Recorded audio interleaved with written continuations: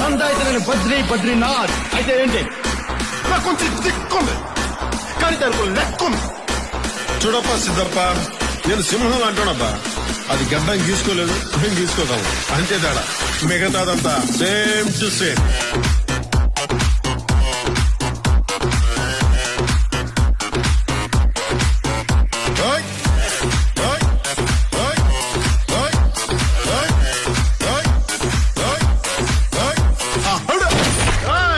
అప్పుడే అయిపోయింది అనుకోకు, ఇప్పుడే మొదలయ్యింది.